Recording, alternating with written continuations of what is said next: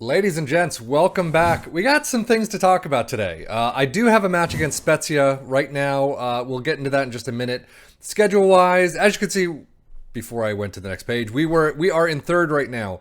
Last time out, Lazio, that horrific 0-2 loss, absolutely horrid. Followed that up with a 3-1 home win against Fiorentina. Very nice. Unfortunately, okay, Udinese, is that how you pronounce it? We did lose 0-1 in the Coppa Italia Fanta third round. The board was not happy with this. Pusetto in the 90th minute. I did have a somewhat rotated squad. You know, Fusato, Kalulu is in there. Ibanez has not been getting a lot of game time. So I had a rotated squad. I thought, yeah, Piccoli was in there at 6-0. Piccoli's not really bringing it up all as much as I'd like, but he's young. He'll get into it, hopefully. But yeah, 0-1 loss, so that was a bitch. But Sampdoria, 2-0 win over them. Very nice. Milan, a 1-1 draw. I mean, they were third at the time, and we were maybe fifth. But I can't.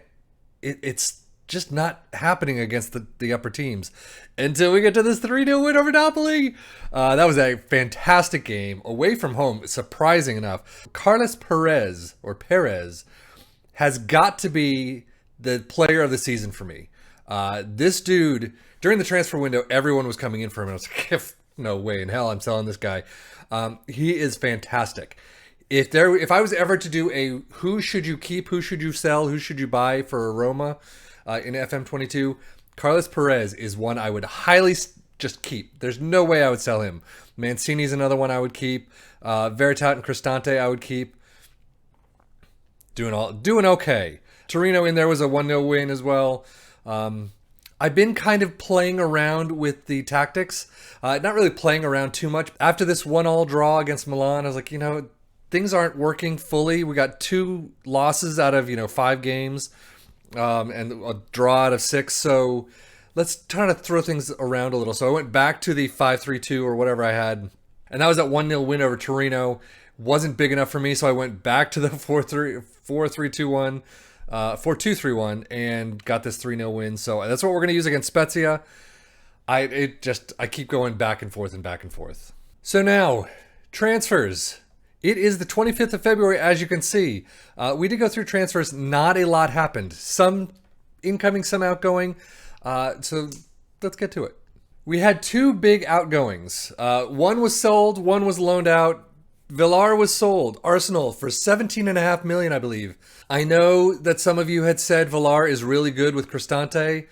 I just haven't used him. With Ceballos coming in, I've been using Cristante and Veritat. That's been my trio, and they've been doing really well together, so I've never used Villar. I also have Diawara in there. If I was to do this whole Roma save over again, I would probably keep Villar, not get Ceballos. I just saw Ceballos during the transfer window. I was like, I got to get him. He's fantastic. I didn't really use Villar much. I haven't used Diawara much. I haven't used Darbo much. But with this Villar, I could get some money for him. So 17.5 million. He's out to Arsenal. Would be a good signing for the future, I guess.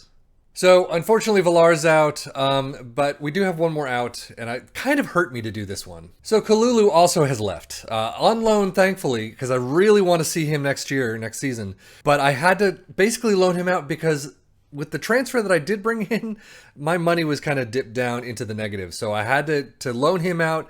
I've got, I think it was like 250K per appearance and per unused appearance. So, not too bad money-wise.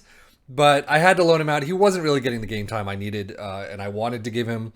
So we'll see how he does next season. But for now, this is basically just a money grab on my part. One other I forgot to mention. So Brian Reynolds is also out on loan. He definitely was not getting any game time. Hopefully he'll come back a little bit better and can fit into the squad more. I mean, as you know, I love the dual DLDR roles. Stanton's already gone come next season. So I would love to have him as my backup, but we'll see. However, with all that said, I do have one in. I'm not sure if it's going to be a pleaser or not. We'll see. Thiago Almada has come in. Zalewski has not been really blowing my skirt up, so I really needed someone, and I put that poll out on my community tab. And you guys, not too many people voted, but 2 out of 3 people said I need an AML. So I got Thiago Almada for that role. Pellegrini has been kind of dipping in form, and it's been pissing me off. So he can come in at this AMC role as well. I got him, and I thought this is going to be a fantastic pickup. I mean, potentially, look at him. He's really good. And his numbers are not too bad. A lot of the people I was looking at, João Mario, I was looking at from Porto, I believe, and Knuff from Dortmund. I was looking at those two. Unfortunately, Knuff's crossing was 10. His passing was 9. So I had an offer in for him, and he accepted. I was just delaying it constantly until I found someone better. And Thiago Almada came up. This was one where my scouting staff actually said, this dude looks okay. Take a look at him. I had heard of him. I had not seen all the Facebook posts and everything. So I thought I'd captured an absolute steal. Got him for $7 million, I believe, with a bunch of add-ons that probably added up to about 17 million, unfortunately. And it's funny because the board was like, that's not a good deal. But we got him in. I then looked at the Facebook groups that I belong to and everything. Everyone's like, oh, Thiago Almada is the best. We've got him on all our saves. Like, no, I try to stay away as much as possible from getting the players that everyone else gets. Granted, I got Ceballos, I got Dani Alves, and now I got Thiago Almada. But overall, he was not here for that. He's come off the bench 3 times, 6-7-0, not lights out. He is better than Zalewski for right now, and I'm wondering what to do with El Shaarawy come to the end of the season. I don't know, because he has been scoring goals, which is nice. But with that said, I do want to get into the Spezia game. So that is it for the beginning spiel. Let's get into the Spezia game and see how we do against second to last in the league. Keep that in mind, second to last in the league. So this is the lineup we have going today. Patricio in goal, Spinazzola, Mancini, Sule, and Karsdorp in the back four. Spinazzola has come in, has done okay, 6-7-0. Calafiori is out for like ever now, isn't he? Let's get back to this medical center. He is out for 3 weeks, unfortunately. Ibanez just came down for a 2 to 4 week injury. That's fun. At least he's my third choice goalkeeper. Center back, I don't know what I'm doing. Zaniolo's still gone. I mean, whatever. So Cristante and Veritat in the midfield, El Shaarawy, Pellegrini, and Perez in the upper midfield, and Abraham up top. I've been playing with his role. Complete forward, deep lying forward, advanced forward. I've been just playing around with that. Pellegrini, we'll see how he does. Almada's in there, so that's what I'm looking for. I don't know if anyone else, any other FM player has noticed this, but as they come out onto the pitch and join together for that, initial picture and everything, I always have the goalkeeper or someone just kind of was like, screw this, I'm walking around. I don't understand it. It's kind of funny watching every single time that happens. So Perez, Veritout, Karsdorp, getting a lot of passing going.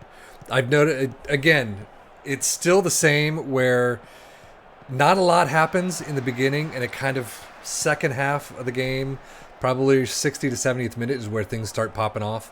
I really would like a more dominant performance in the entry of the match of the first half. Veritout, Shaarawy gets taken down. There's nothing there. I mean, it was on the outside of the box. I'll give you that. We've had a lot of those outside of the box things. But Perez, what was I saying about the first half? I don't know. I completely went over my head and forgot about it. But Perez with a 6-minute screamer. Was that outside of the box too? Veritout back heels it to Pellegrini, up to Perez, smacks it from outside of the box. That was a fantastic strike. I loved it. Every second of it. Dani Alves has not been getting a lot of game time. Somewhat sadly, I guess. Karsdorp is doing an amazing job. Ooh, nice save. But Karsdorp is consistently getting 7-0 and above. And anytime it's in the green, I basically, you've got to keep playing them until he goes down, dips in form or something. Dani Alves is coming off the bench, but he's not getting a lot of actual game time. So I don't know if there's going to be enough game time for him to trigger the next season clause. I kind of want to trigger it because I don't remember him being all that expensive, 60K maybe a week. But we definitely have to work on our finances a bit next season. So El Shaarawy smacks it all the way up for Perez, who gets... Oh! Zoet able to tip his fingers on it. Unfortunately, not a number 2 for Perez. Veritat with a corner, though. Smacks it in for no one. Corners suck. I've looked at how to deal with corners, and that was... what was that? Great pickup back by Mancini, but corners are not my strong suit. I've been following instructions from other people on how to do it, but I think I've gotten maybe 1 or 2 goals this entire season. And Ilchar was like, no! Ilchar was like, no! Ilchar was like, no! But yeah, corners. One day I'll figure that out. I know I need to put some big men on the corners of the nets. Just not working for me. But Sule, they like to sit on that ball still. Karsdorp. Back to Sule. Back to Karsdorp. The passing is nice, but it's, yeah, keep going forward. Karsdorp. Everyone, obviously, with a strong possession-heavy team like Roma and a lot of shots. Veritout is able to... nope. That's got to be a pen. Right there. But with our style of play, everyone tries to just kick the crap out of us. Yep, thank you. Gegenpress the hell out of it. They will just mark us to death. Sometimes it leads to a wonderful opening so that El Shaarawy can open up, or Abraham or someone, but generally it's just a pisser, which is why it takes so long for us to get any kind of movement in goals. Except 26 minutes in, and we're 2-0 up. Zoet, oh, what a fantastic pass. Fortunately, we're able to get the final hand on it, and I'm assuming, yep, that's a corner. But I don't know who he bypassed, but my defender just blew the pooch right there. And thankfully.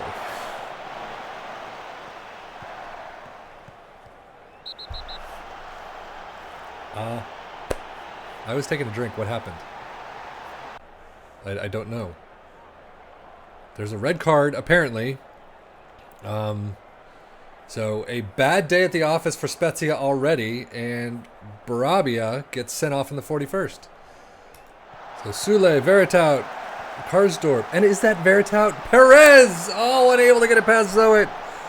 What? I mean, Zoet's been doing fairly fantastic today with a couple of really nice saves. Almada comes in, Borja Mayoral comes in, Borja. He's kind of sad he's not getting a lot of game time, but Abraham, for the most part, has been doing well. I'm not giving Borja all that much time, especially, I mean, he's on loan. So, Mayoral, why would you smack it all the way back with Spinazzola? I don't know who they're telling me to replace. I just missed that completely. Cristante up to Sule, but as I talk shit about Mayoral, it's probably offsides. Is that a goal? I talk shit about him, but still, that's offsides. Damn it. Damn. Goal checking. VAR a lot.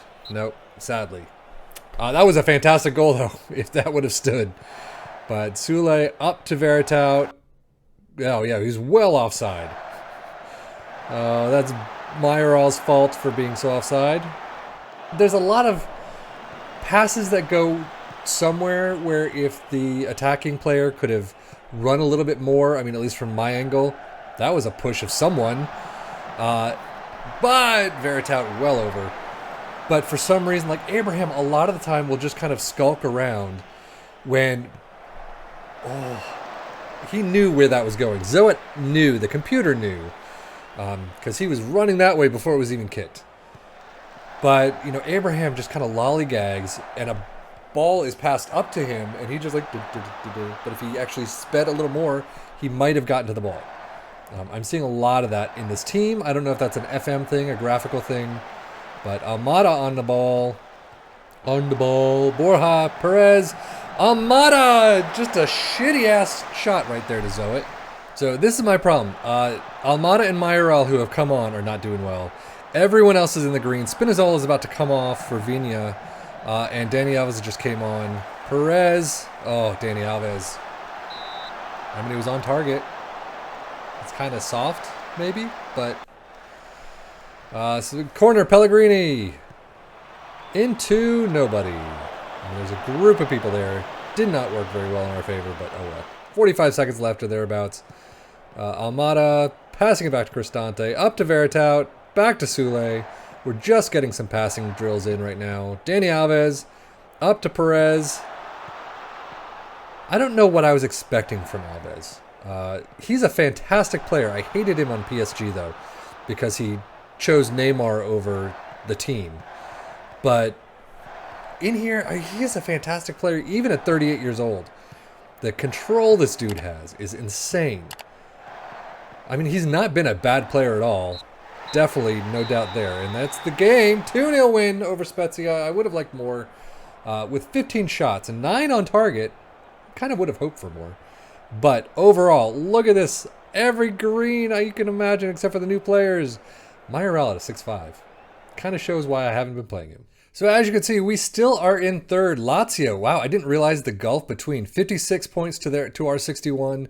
We can get into second if Milan screw up at any point. And then a game or two or three games and Juventus hopefully can screw up. I highly doubt it. Juve is probably up there at the end. Milan, though, second, third. Maybe we'll switch. I don't know. But that does it for me. Sule stellar as Roma secure easy victory. Score easy victory. But that does it for me. Sefian FM, as always, thank you so much for watching. Stay tuned for next time in a month when I come back out. And who knows? As you know, I like doing month by month. So that was February's. Maybe I'll hit Sassuolo. Why is Sassuolo purple? I don't understand why Sassuolo is purple. So anyway, but that does it for me. Sefian FM, as always, thank you so much for watching. Take care and enjoy.